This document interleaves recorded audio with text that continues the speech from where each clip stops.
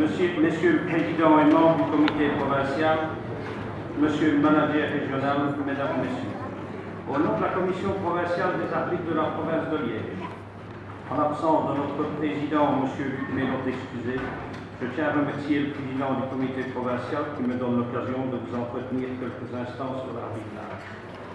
Au préalable, permettez-moi de féliciter tous les clubs qui, au terme de cette saison 2012-2013, ont remporté les différentes compétitions que compte notre football provincial.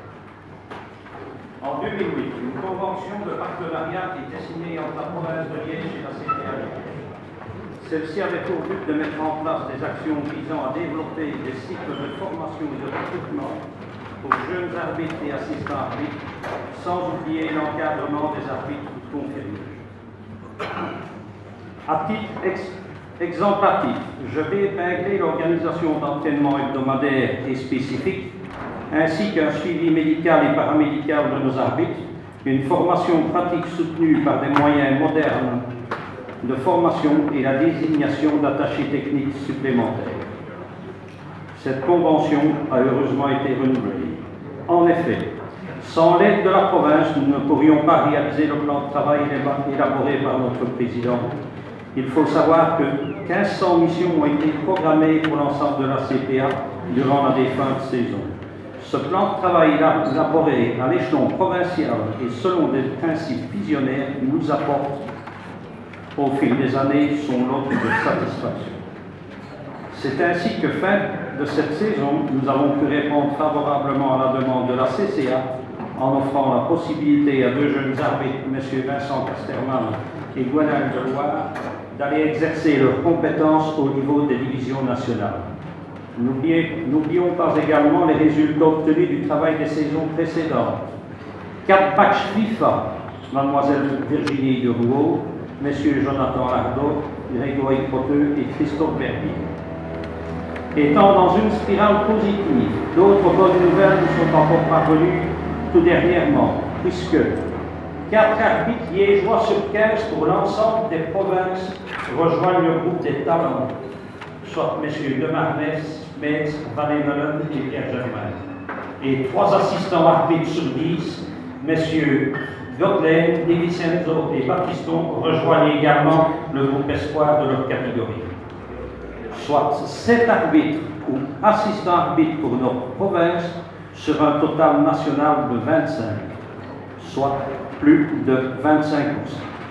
Dès lors, il n'est pas faux d'affirmer la nécessité de remonter loin dans le temps pour recenser de tels résultats et de penser que le travail que nous effectuons est reconnu au-delà des limites de la province.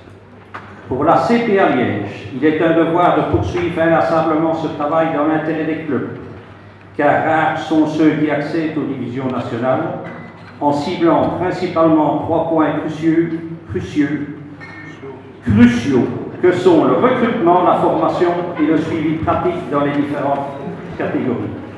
De plus, en parallèle, il existe dans notre province, ce qui est très envié par les collègues des autres provinces, un encadrement spécifique destiné à prodiguer aux jeunes éléments sélectionnés une formation complète, accélérée mais non précipitée, qui leur permettra d'évoluer dans les plus brefs délais au sommet de la province.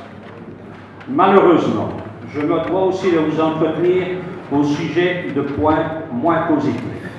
Et pour cela, rien de tel que de citer quelques chiffres. Actuellement, l'effectif est de 667 arbitres et assistants arbitres, alors qu'il n'y a pas très longtemps, nous en comptions encore plus de 800. 1/7 des arbitres sont âgés de plus de 60 ans. 1/3 sont âgés de plus de 50 ans. Durant la saison, nous avons enregistré 73 démissions, accepté 68 nouveaux stagiaires, dont une bonne partie ne pratique déjà plus. En effet, environ 30% rangent définitivement le sifflet après quelques semaines suivant leur admission. Pourquoi ces défections? Plusieurs motifs. Le principal est sans conteste l'agressivité des acteurs du jeu et du public envers l'arbitre, ainsi que le manque de respect envers toute forme d'autorité. À côté de cela, nous avons toute une série de stagiaires qui ne se sentent pas suffisamment soutenus. Pour ces derniers, Preuve de notre volonté de bien faire, durant la seconde partie de cette défunte saison, après analyse de cette problématique, l'arbitre stagiaire bénéficie d'un encadrement lors de ses 5 ou 6 premières désignations. Dès à présent, les effets positifs de cette façon d'agir sont perceptibles. D'autres actions ou mesures peuvent également être évoquées, mais je m'en abstiendrai. Soyez convaincus de notre volonté de bien faire pour que l'ensemble du corps arbitral joue correctement son rôle de partenaire de notre football provincial. Si la CPA et ses arbitres sont des partenaires du football provincial et que nous jouons activement notre rôle, ne perdez pas de vue que vous êtes de loin les plus nombreux. Clubs, joueurs et dirigeants, vous avez aussi un rôle de partenaire privilégié à jouer dans ce football régional. C'est pourquoi je vous invite à mieux respecter la personnalité des décisions et l'autorité de l'homme en noir, sans quoi nous risquons à très brève échéance d'avoir des séries entières de matchs d'équipe fanion sans arbitre désigné. À promouvoir les cours d'arbitre qui se déroulent dès le début de saison prochaine dans plusieurs endroits de la province. Plus grand sera le nombre de rencontres dirigées par des arbitres neutres et plus grand sera notre panel pour former les arbitres susceptibles d'évoluer à votre niveau. Une petite anecdote vécue fin de saison et qui va illustrer mes propos. J'étais en formation avec un jeune arbitre prometteur qui officiait pour la première fois dans une rencontre d'équipe fanion de très bon niveau. Cette rencontre plaisante et agréable se déroulait dans un bon état d'esprit.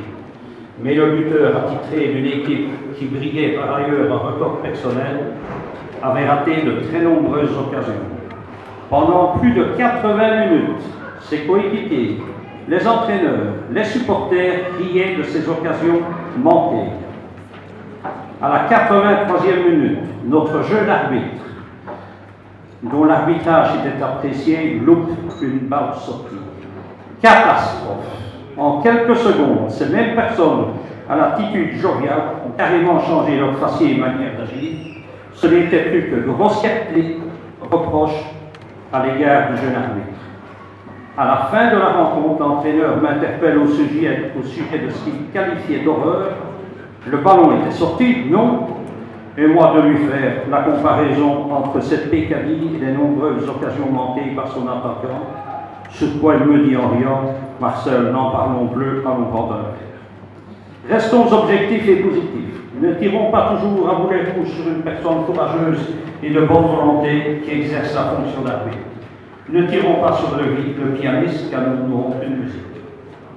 Dans le domaine de la répression des actes inadmissibles, lors de l'Assemblée générale fin de saison passée, notre président, M. Luc Mélotte, formulait un appel à l'adresse du comité provincial lui demandant de faire preuve de sévérité envers les personnes qui nuisent à notre sport favori. Oui, il a été entendu, mais malheureusement, l'actualité nous recommande la poursuite de cette manière d'agir. Toutes les composantes, dirigeantes, CP, CPA, responsables de club ou personnes ayant en charge l'encadrement d'une équipe doivent véhiculer des valeurs de respect, de l'amusement et du fair play et non d'une compétition bafouant toute forme de valeurs sportives et éducatives.